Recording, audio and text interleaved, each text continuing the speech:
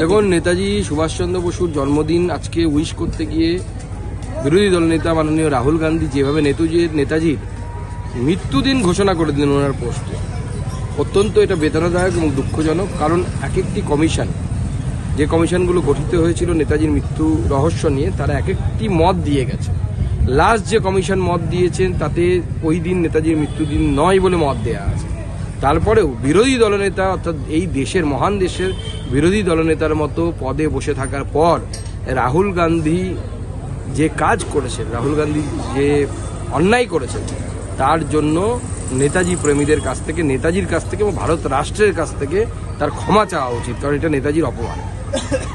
নেতাজি সুভাষচন্দ্র বসুর জন্মদিন আজকে উইশ করতে গিয়ে বিরোধী দলনেতা মাননীয় রাহুল গান্ধী যেভাবে নেতাজির মৃত্যুদিন ঘোষণা করে দিলেন ওনার পোস্টে, অত্যন্ত এটা বেদনাদায়ক এবং দুঃখজনক। কারণ এক একটি কমিশন, যে কমিশনগুলো গঠিত হয়েছিল নেতাজির মৃত্যু রহস্য নিয়ে, তারা এক একটি মত দিয়ে গেছে। লাস্ট যে কমিশন মত দিয়েছেন তাতে ওই দিন নেতাজির মৃত্যুদিন নয় বলে মত দেয়া আছে।